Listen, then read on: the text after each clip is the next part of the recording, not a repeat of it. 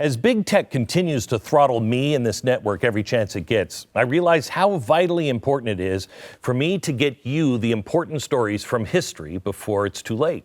Knowing our history, the good and the bad parts, is the only way we learn from our mistakes and the only way we can ensure this country doesn't repeat them again and again.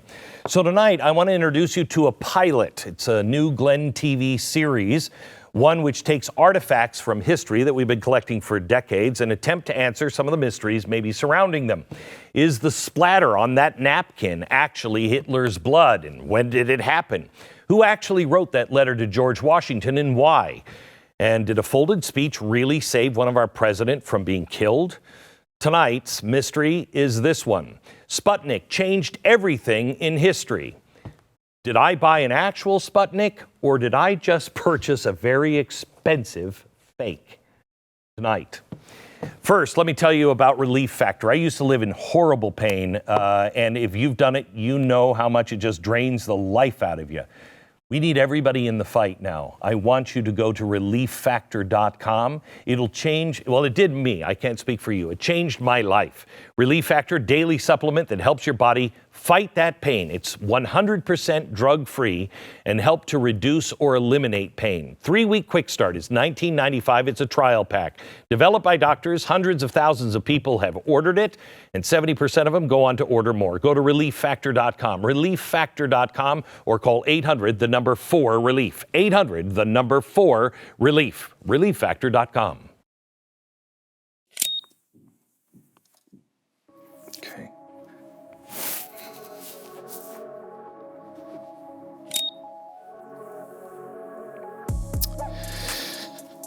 So I just spent, when all is said and done, almost $400,000 on Sputnik. It's a lab test model used by Soviet scientists. And now, I'm not sure it's even real.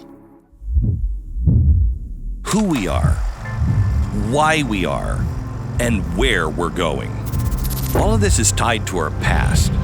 Thanks to writings, records, tangible objects, we know a lot about our history, but we'll never know it all. Our past is still and always will be shrouded in mystery. So join my quest to solve just one small piece of the puzzle, bit by bit, artifact by artifact, to uncover more about the items from history that made us. The Beck Story, the Sputnik satellite mystery.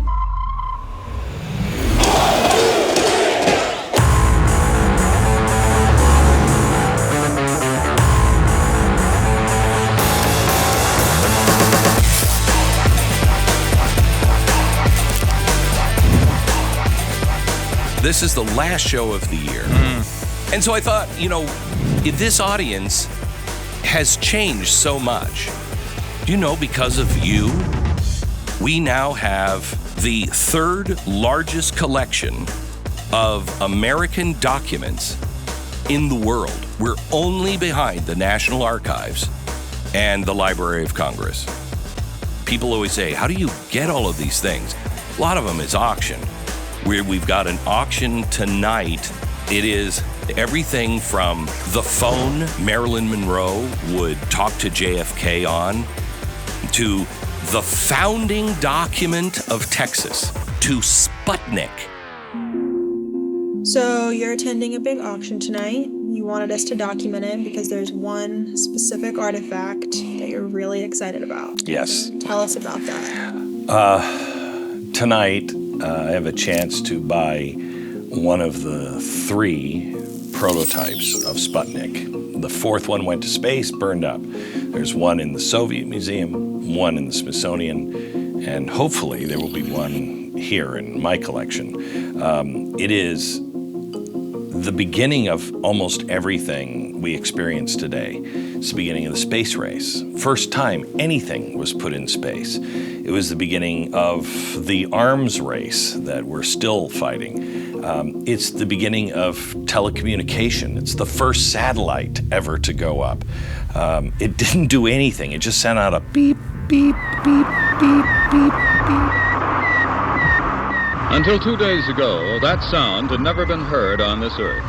Suddenly, it has become as much a part of 20th century life as the whir of your vacuum cleaner.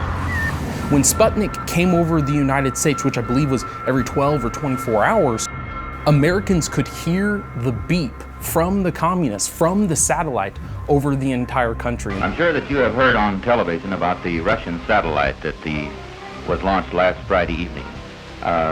You heard about it? Oh, yes, I have. And what do you think about this? What does this mean to you, the fact that they have launched the first satellite? It gives you quite a bit to think about. It even had a beacon on it that would periodically beep so that radios would be able to pick it up, and no matter where you are on Earth, if you had a radio, you would know that they're over top and watching. Sputnik was meant as the answer to a scientific challenge put to the world.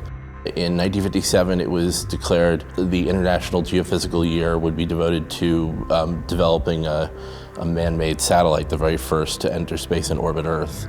It was believed that the two parties that would most likely get it done would be the United States or Russia. Today, a new moon is in the sky, a 23-inch metal sphere placed in orbit by a Russian rocket.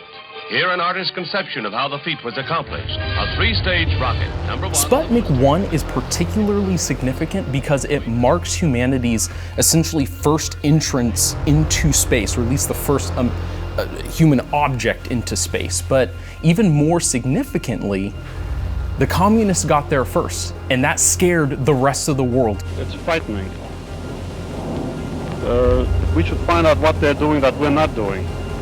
And we should do something about it very quickly. It wasn't until on October 4th, 1957, when the Soviets beat us and the rest of the world in putting the world's first man-made satellite into space, that the Russian leadership recognized the power of soft power. That suddenly, overnight, Russia was being praised worldwide for its technological prowess. Those threats have not been taken very seriously, but now the world knows that it took a far more powerful projectile than America possesses to push that satellite into its orbit in space. In view of that, Russia's threats may be more effective from now on. Probably no one here in the nation's capital would disagree with one thing that Senator Wiley said. We had better get on our toes. And they didn't have to go to war. They had suddenly won something without fighting. It was what turned the head on what became the space race. I've collected so many artifacts over the years that we now are able to open an entire museum. So when I heard that that was coming up for sale, one of the Soviet Union's Sputnik satellites that's responsible for everything in space, it was coming to auction, I had to win it. 110,000, now go to 120, 120, 130, now 140,000, 130, now 140, 150, now 160,000. See in the songs. 280, now 3. Got to look a little higher. What do you think? Can you get it to 3? He does. He's in orbit now. 300, now 320. 300, now 320,000. Anybody else beyond that? $300,000. Fair warning.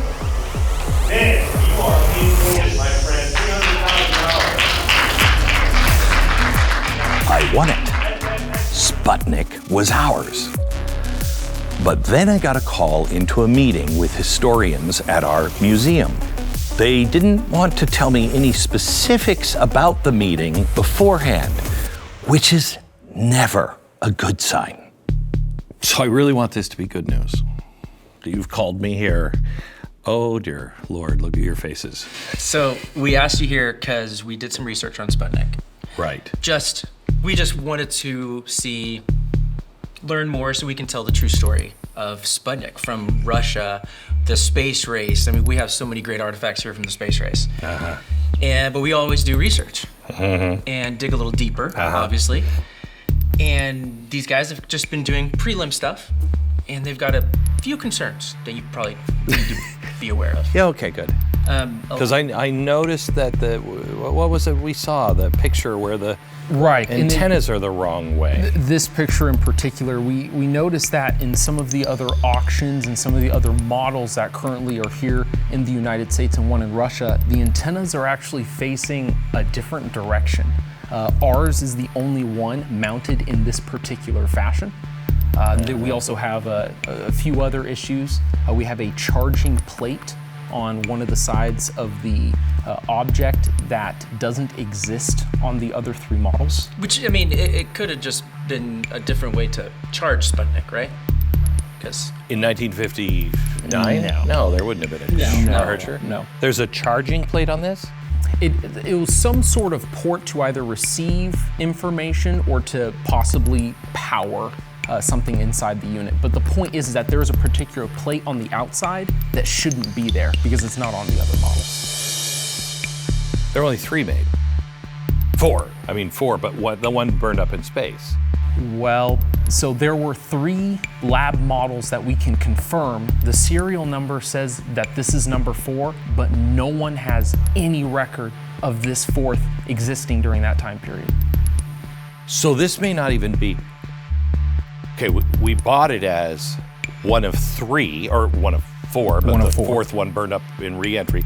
One of 3. And then you found out that there's other lab models, and this isn't even one of those? So I spent a ton of money. I'm not telling my wife at this point. Is what I bought real or not? And if not, where did it come from? Time to roll up our sleeves and get to work.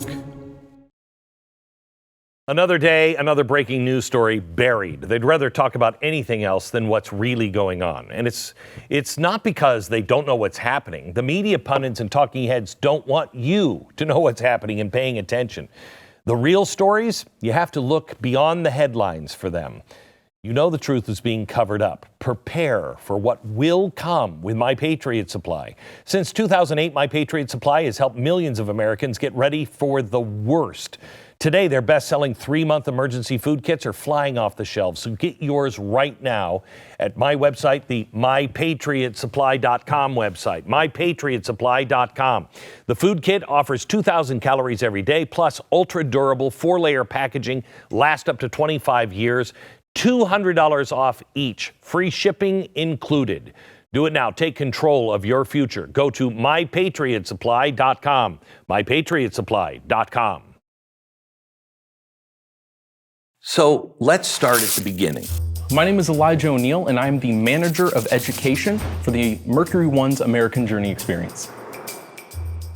So during the auction process, it initially starts with someone named the consignor, who can be the seller. In this case, the gentleman approaches the auction house and says, I have an item to sell.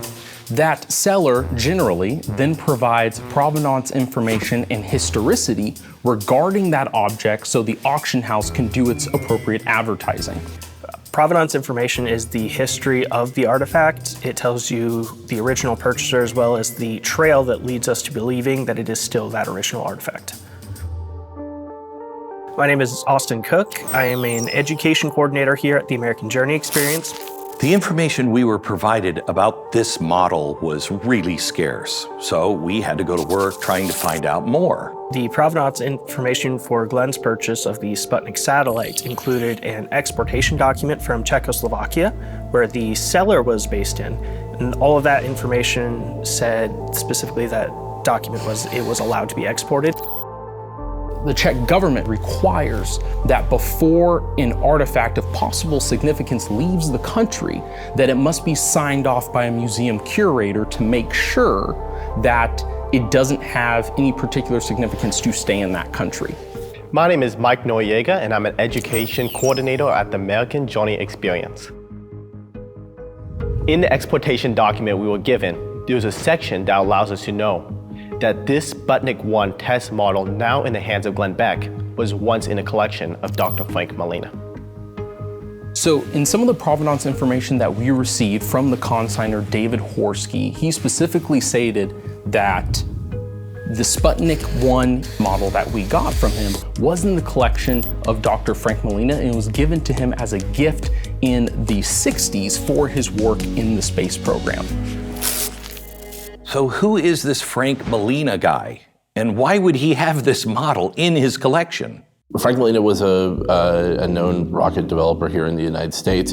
He was actually from Czech Republic. His parents were, but was born and raised in Texas. To some, he's known as the father of modern rocketry. He was one of the founders of the Jet Propulsion Laboratories in Pasadena. So my name is Roger Frank Molina, and my father was Frank Molina, one of the early rocket pioneers in the 1920s, 1930s. He was physically born in Brenham, Texas, just near Houston. He was the son of emigres from Central Europe, and after World War I, the Czech Republic was created and the whole family moved back.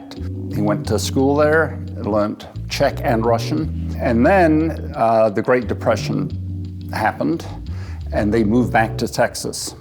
As a kid, he read a lot of Jules Verne, and so science fiction inspired him about space. And then by a total accident, when he became a student at Caltech after Texas A&M, Theodor von Karman was his PhD advisor, who was the first engineer to apply mathematics to engineering, designing airplanes and rockets. In my father's case, he led the team that got the first human-made object into outer space. First question, oddly, if we're in a space race, why would they have gifted a Sputnik to an American? It's a great question because the others were not. They were gifted to others around the world. Hi, I'm Robert Perlman. I'm the editor and founder of CollectSpace.com, the leading online community for space history enthusiasts and professionals. So I started asking questions of individuals who knew more about Frank Molina's career. The researcher had primarily focused on other aspects of Frank Molina's career than the space program. But the question was simple: had you, in your process of going through all the paperwork, had seen any mention of the Sputnik, a picture maybe in his study of it being on display, anything? And the very quick answer was, I didn't see anything. As an engineer, he was an object collector. So objects were all over our house, and they still are. He had friends in the Czech Republic, a good friend in Russia who was one of the creators of Sputnik, Leonid Sedov. He had American friends, English friends, Indian friends, and they exchanged gifts. So when our researchers first reached out to you asking about this model, what was your first reaction? Were you like, I've never heard of this? Or No. like, that makes sense? No, my reaction was, I haven't seen it recently. It made sense to me when I got the questions, so maybe. And I know that's a problem in terms of determining the provenance of an object, but it's very plausible to me. But I can't sign a piece of paper saying I swear that I touched it when I was 8 years old.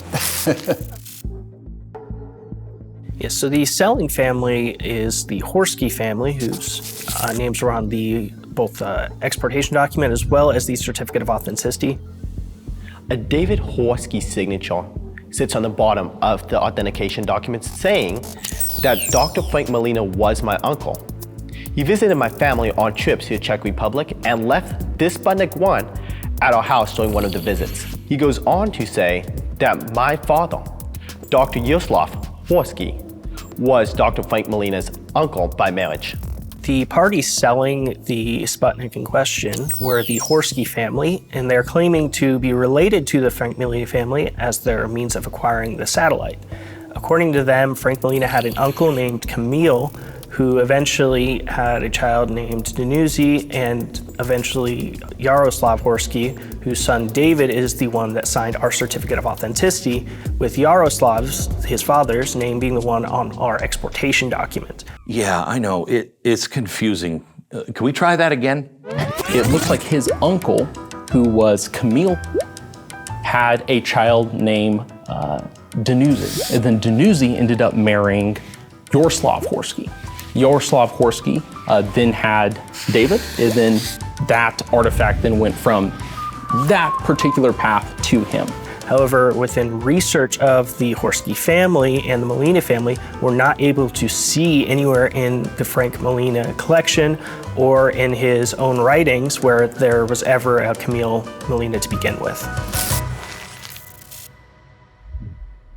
There were 3 possibly 4 lab test models used by the Soviet scientists to eventually develop Sputnik 1, which is the one that they launched into space. The actual Sputnik 1 that went into space never came back. It ended up burning up in the atmosphere, so it's in pieces, no one has it. The only thing that we really have from Sputnik are the laboratory models. Like anything that you develop, you build prototypes.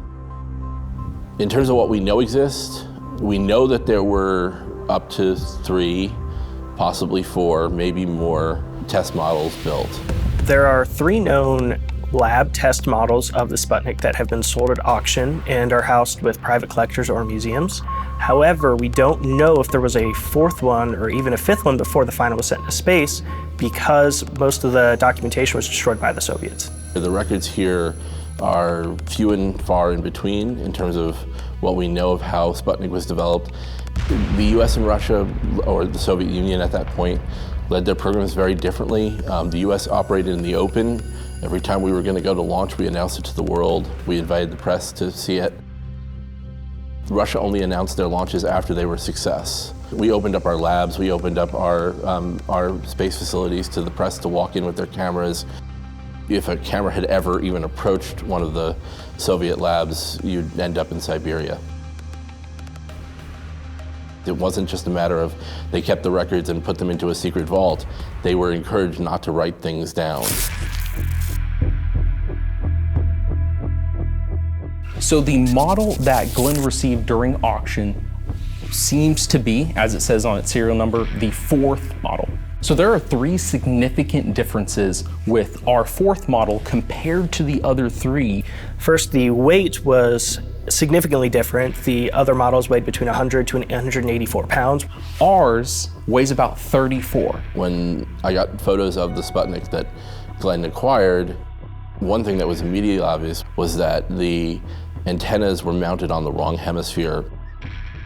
Sputnik was a sphere, and it was assembled in halves. One half carried the instrumentation and the ports to access the instrumentation. And one half was where the antennas were attached and to trail off the satellite. Every model that we know is authentic has that configuration. So to see a model that has the antennas mounted on the same hemisphere as the instrument access ports stood out.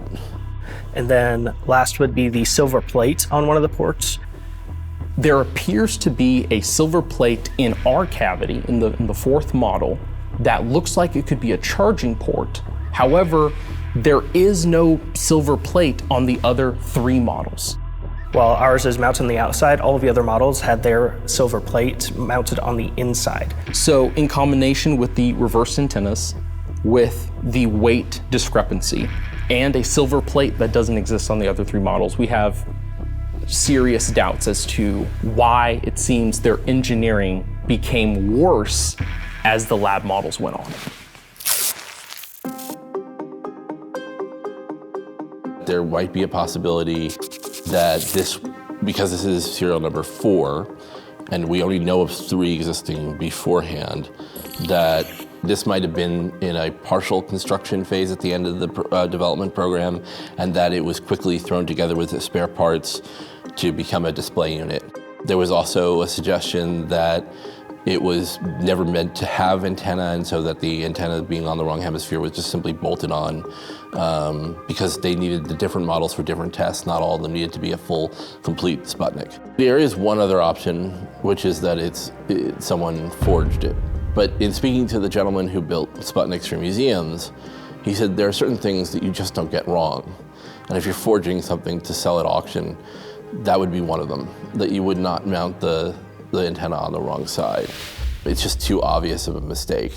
Maybe there are differences between this model and the others because scientists were, at the time, trying something new. The only other possible explanation I can think of would be if they were testing a different configuration of Sputnik itself, whether figuring out if they attach the antenna on that hemisphere, could they streamline the inside for some reason? Or maybe it was a weight balance issue, a center of gravity issue. But we don't see that in any of the drawings or photographs from that day. So what is the truth? The more research our team does, the more we can confirm that our Sputnik 1 may not have been a test model, but was it created by Energia Labs for other purposes is still the question we are asking ourselves. My best assumption as to whether this is real or not based on our research is that there is a chance it could have been made by the Soviet Union, but there's absolutely no proof verifying that it is a fourth model of that lab test model series. So whether or not it was made by the Soviet Union, that could still be in question. There's just no proof so far that it is the fourth model specifically. Is it an EMC EMI lab model? It still might be, but with regards to who consigned it and with regards to how it came into their possession and some of the manufacturing differences, I